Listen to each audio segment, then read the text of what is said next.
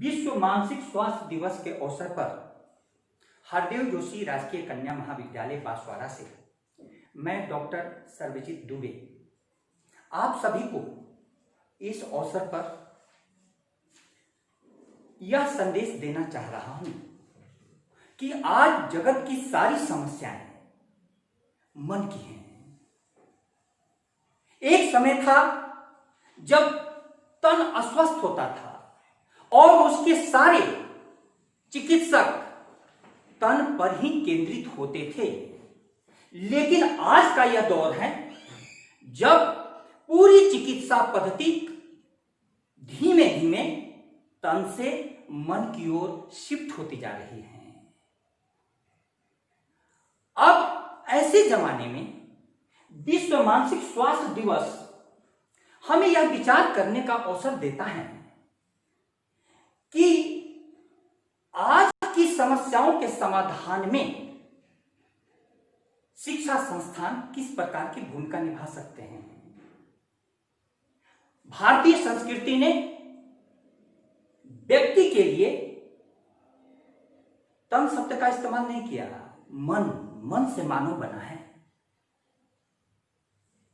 अरबी में और इंग्लिश में क्रमशः आदम और ह्यूमन है जो कि मिट्टी की ओर संकेत करता है, लेकिन मन जो है यह कुछ और संकेत करता है।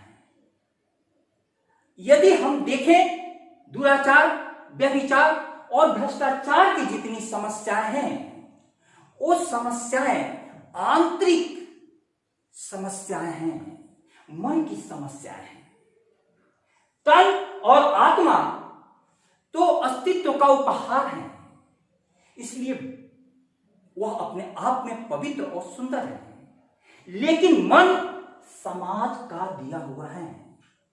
इसलिए मन को जिस प्रकार का समाज और शिक्षा मिल जाती है, मन वैसा ही बन जाता है। हिंदू घर में शिक्षा मिली, मन हिंदू हो गया। मुसलमान घर में शिक्षा मिली, मन मुसलमान हो गया। यदि ब्राह्मण घर में जन्म हुआ तो मन ब्राह्मण हो गया, क्षत्रिय घर में जन्म हुआ तो मन क्षत्रिय हो गया।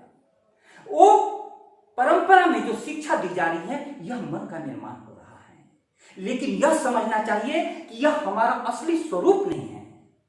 हमारा असली स्वरूप क्या है, इसको जानने के लिए मन को इस प्रकार से प्रशिक्षित किए जाने की आवश्यकता है कि वह ऊंचाइयों की ओर बढ़े। आज मन के अधोगामी होने के कारण समाज में विकृतियां बढ़ती जा रही हैं, क्योंकि जब भी आप प्रकृति को ऊंचाइयां देकर संस्कृति की ओर नहीं ले जाएंगे तो विकृति उत्पन्न होती है, और सारी विकृतियों से आज संसार बहुत ही विकट मोड़ पर खड़ा है। अब ऐसे में शिक्षालयों की भूमिका बहुत महत्वपूर्ण हो जाती है कि वो सुमन का निर्माण करें। सुमन का अर्थ हुआ कि मन को हम सभी प्रकार की क्षुद्रताओं से हटाते जाएं। इसलिए हमारे ऋषियों ने प्रार्थना की, सर्वे भवन्तु सुखिनः। विचार दिया वसुधैव कुटुंबकम। यह क्या है?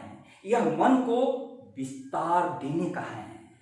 और ऐसे में जब आपका मन विस्तृत होता जाएगा तो सारे लेवल हटते जाएंगे। ये हिंदू है, वो मुसलमान, ये मसीही, वो यहूद, इस पर एक पाबंदियां और उस पर एक कयूद।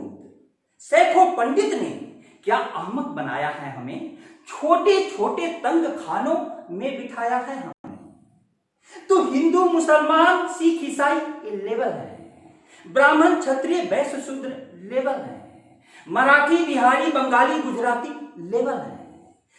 यहां तक कि लड़का और लड़की भी लेवल है, लेकिन सबके भीतर में बैठी हुई आत्मा वो एक है। जब तक हम आत्म तत्व की ओर प्रवृत्त नहीं होंगे, जब तक शिक्षा आत्मा को जगाने वाली नहीं होगी, तब तक मन अधोगामी होता रहेगा।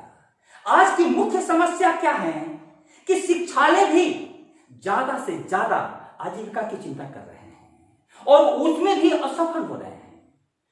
दूसरी तरफ हम देख रहे हैं कि जो व्यक्ति उसमें सफल भी हो रहा है, अभी अश्विनी कुमार जी देवभूमि हिमाचल से आने वाले IPS CBI director, vice chancellor और गवर्नर, ऐसे पदों को सुशोभित करने वाले ने भी सुसाइड कर लिया।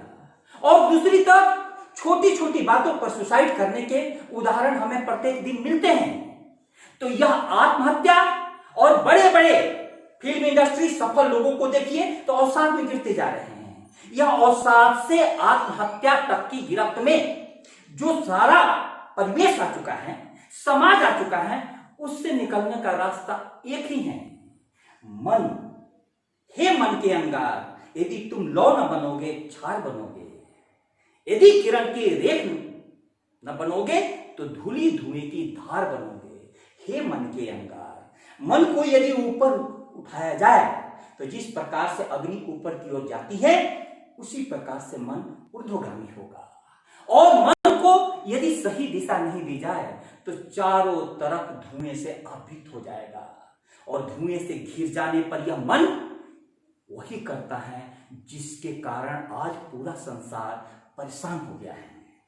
इस अवसर पर मैं सभी विद्यार्थियों को शिक्षा संस्थान के प्रधान होने के नाते यह कहना चाहता हूं कि सारा जीवन उच्च विचार की भारतीय संस्कृति के मंत्र को समझो। बच्चों को ऋषि के पास भेज दिया जाता था। राजा दशरथ ने भी अपने चारों पुत्रों को ऋषि के पास भेज दिया। वहां पर कम से कम सम्मान होता था, हैविंग कम से कम, बीइंग यानी आत्मा ज्यादा से ज्यादा गुरु के सानिध्य में खिलती थी। और इतने कष्ट, इतने तपस्या में पाला जाता था कि बाद में गृहस्थ आश्रम में प्रवेश करने पर छोटे से सुख से भी बहुत बड़े आनंद की सृष्टि होती थी। आज विद्यार्थी जीवन में जितनी सुख सुविधाएं दी जा रही हैं, उतना पहले गृहस्थों को भी उपलब्ध नहीं थी। लेकिन उसके बाद वह मन ऐसा बन रहा है कि कहीं भी तृप्त नहीं हो रहा है। ये दिल मांगे मोर आपने सुना होगा। अर्थात क्या हुआ? मन की इच्छाएं अनंत हैं, उन सारी इच्छाओं की पूर्ति नहीं हो सकती। आप कितना भी धन कमा लें, कितने भी बड़े पद पर चले जाएं, कितनी भी प्रतिष्ठा कमा लें, लेकिन जब तक आप स्वयं को नहीं जानेंगे, आत्मा को नहीं जानेंगे, आप कभी भी तृप्त नहीं होंगे। और अतृप्त व्यक्ति बहुत भटकता है। ईश्वर से मैं प्रार्थना करता हूं कि हमारी युवा पीढ़ी को खासकर एक ऐसा मन प्रदान करें। हम लोग सभी एक ऐसा परिवेश बनाएं जिसमें मन सुमन बने, दुर्मन नहीं। मेरो मन बड़ो हरामी सामान्य अनुभूति है, लेकिन यह मन हरामी ही नहीं है। इसको अच्छी शिक्षा, अच्छे संस्कार दिए जाएं तो यही मन सुमन बन जाता है। क्योंकि यदि मैं आपसे बातचीत भी कर रहा हूं तो मन के कारण। इसलिए मैं अपनी बात ऋषि के एक श्लोक के साथ समाप्त करता हूं कि मन एवं मनुष्यानाम कारणम बंध मोक्षो बंधाय विषयासक्तम मुक्तये निर्विषयम स्मृतम। यदि विषयों में आप आबद्ध होते जाएं, अश्लील साइट्स चल रही हैं, सब प्रकार के गंदे वातावरण, परिवेश, टेलीविजन पर सब जगह चित्र आ रहे हैं, उसमें यदि बच्चों का, युवाओं का मन भटक रहा है तो गलती किसकी है? बलात्कारियों के लिए हम फांसी की सजा मांग कर रहे हैं, लेकिन यह क्यों मांग नहीं करते हैं कि अश्लील साइट्स पर प्रतिबंध लगाया जाए, उनको अच्छे दृश्य दिखाया जाए, अच्छे व्यक्तियों के सानिध्य में लाया जाए। किसी भी परिवेश में शिक्षालय मंदिर के समान पवित्र होते हैं, क्योंकि उच्च कोटि की आत्माएं वहां पर एकत्रित होती हैं। तो मेरा बस यही अनुरोध है कि सभी को अच्छे शिक्षा, अच्छे परिवेश में ढालने की जरूरत है, ताकि इस हम संसार को स्वर्ग बना सकें। धन्यवाद।